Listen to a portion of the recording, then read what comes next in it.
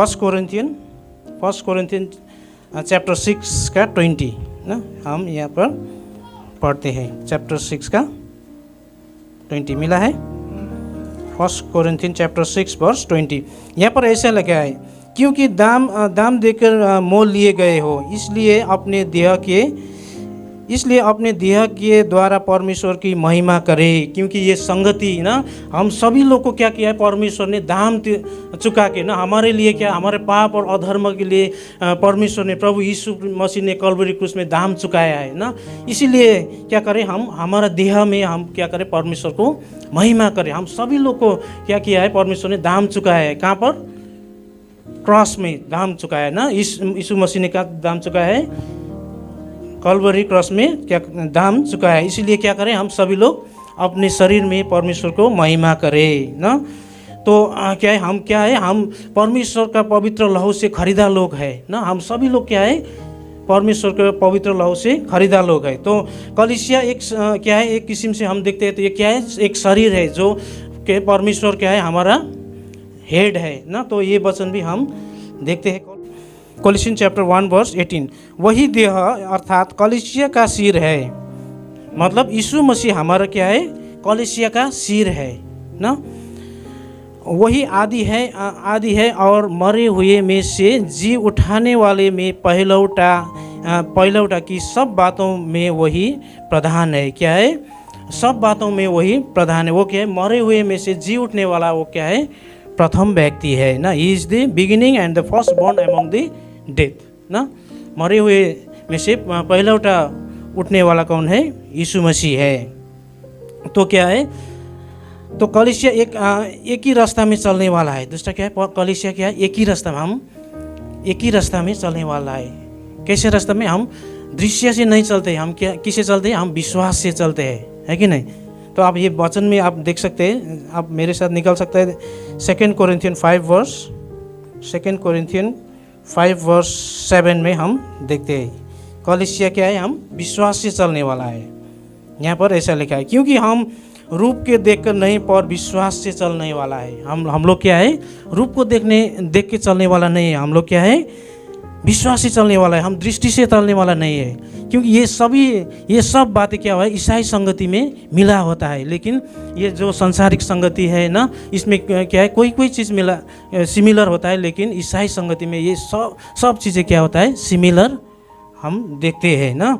तो हम लोग क्या है, एक ही आत्मा से सिखाया गया लोग है ना। हम एक ही आत्मा से सीखते हैं ना। ये सब बातें क्या होता है, ईसाई संगति में मिला होता है। तो आइए हम देखते हैं हमारा संगति किसके साथ होता है। हमारा संगति किसके साथ होता है, हम देखते हैं ना। हमारा संगति पिता और किसके साथ, पुत्र के साथ होता है ना। क्योंकि परमेश्वर ने हमको क्या किया है, अपने संतान बनाने का अधिकार दिया है, अपने संतान बनने का अधिकार दिया है ना।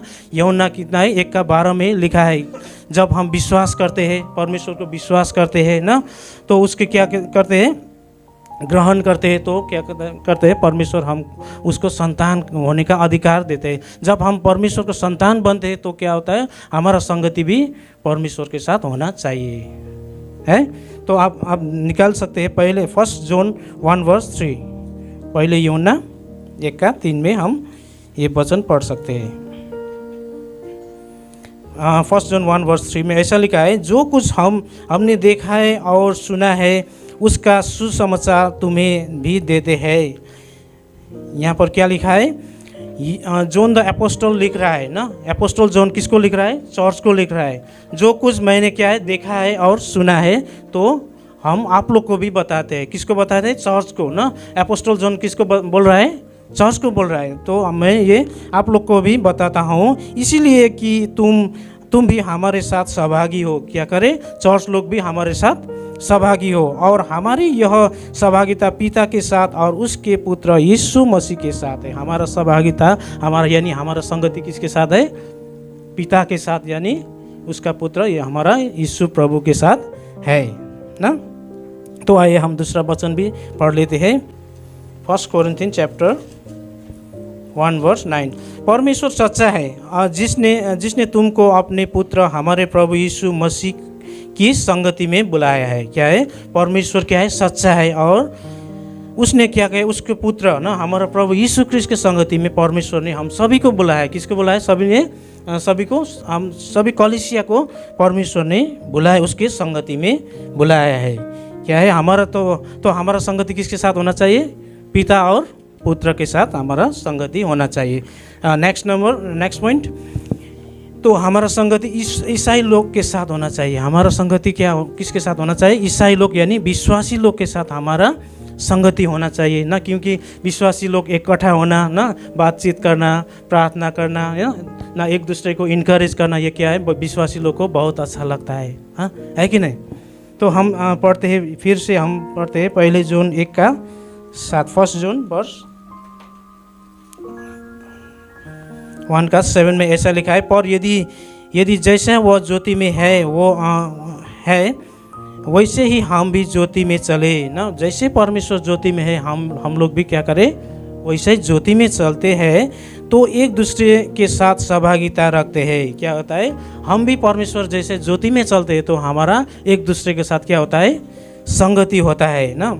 और उसके पुत्र यीशु क्रिस्ट का लहू हमें सब पापों से शुद्ध करते हैं। यीशु मसीह का लहू क्या करते हैं?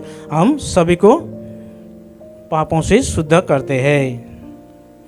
तो क्या होना चाहिए? हमारा संगति किसके साथ होना चाहिए? विश्वासी लोग का साथ होना चाहिए ना। विश्वासी लोग क्या होता है? एक जगह में इकट्ठा होकर प्रभु के वचन शेयर करना, है ना, अनुभव और साक्षी को शेयर करना अच्छा लगता है ना, एक दूसरे को इनकरेज करते हैं ना। इसके लिए क्या हम सभी लोग को संगति का ज़रूरी होता है। तो हमारा संगति यीशु मसीह के साथ होना चाहिए, पिता के साथ होना चाहिए, और दूसरा विश्वासी लोग के साथ हमारा संगति होना चाहिए। तो आइए देखते हैं संगति क्यों रखना चाहिए ना। Why do we have fellowship? हम लोग के साथ हम संगति में क्यों जाते हैं और हमारा संगति क्यों रखना चाहिए, ये हम देखते हैं ना। तो ये हम कहाँ से देखते हैं? हिब्रू चैप्टर 10:25 हम पढ़ते हैं। इब्रानी का पुस्तक 10:25 में ऐसा लिखा है, और एक दूसरे के साथ इकट्ठा होना न छोड़े ना। ये क्या बोल रहा है? परमेश्वर हमको आज्ञा दे रहा है ना यहाँ पर, एक दूसरे के साथ इकट्ठा होना न छोड़े, जैसे कि कितने की रीति है, एक दूसरे को समझाते रहे, और जो उस दिन को निकट आते देखो तो त्यो वही अधिक यह किया करो ना। तो क्या करें? हम लोग एक दूसरे के साथ इकट्ठा होना न छोड़े ना, क्योंकि दिन नज़दीक होते आ रहा है। दिन क्या होते आ रहा है? निकट होते आ रहा है ना। इसलिए हम एक दूसरे को और ज़्यादा करके क्या करें? इनकरेज करना ना छोड़े ना, यहाँ पर ऐसा लिखा है। तो ये संगति रखना क्या है? परमेश्वर का मनुष्य के ऊपर क्या है? आज्ञा है। ये परमेश्वर को आज्ञा हम लोग को क्या करना चाहिए? पालन करना चाहिए ना। तो हम लोग इकट्ठा होना ना छोड़े, संगति में रहना ना छोड़े, ये परमेश्वर बताते हैं ना। नाउ थर्ड पॉइंट, संगति का अभिप्राय ना। तो संगति क्यों रखना चाहिए? What is the intention of fellowship? Fellowship का इंटेंशन क्या है ना। तो फेलोशिप का इंटेंशन क्या है कि एक दूसरे को क्या करना है? मजबूत बनाना है। फेलोशिप करने से क्या होता है? एक दूसरे को मजबूत बनाना है, एक दूसरे को क्या करना है?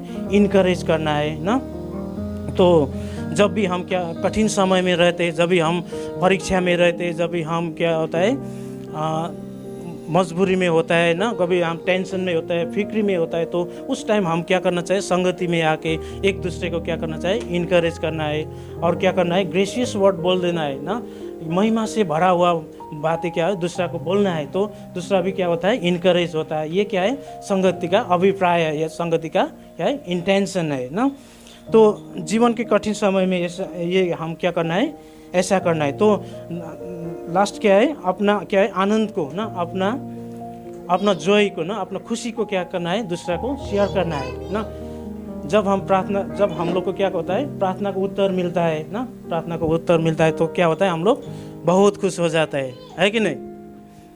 तो ये क्या करना है? दूसरा को क्या करना है? प्रकट करना है, दूसरा को रिवील करना है। तो क्या होता है? वो भी क्या है? प्रार्थना करने का प्रोत्साहन उसको भी मिलता है ना। ये क्या है? संगति का अभिप्राय है, संगति का इंटेंशन क्या है?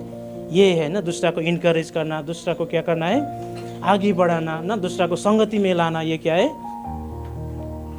ये क्या है, संगति का अभिप्राय, संगति का इंटेंशन है।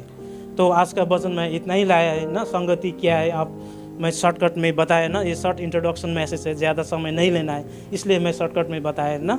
आमीन, प्रेज द लॉर्ड।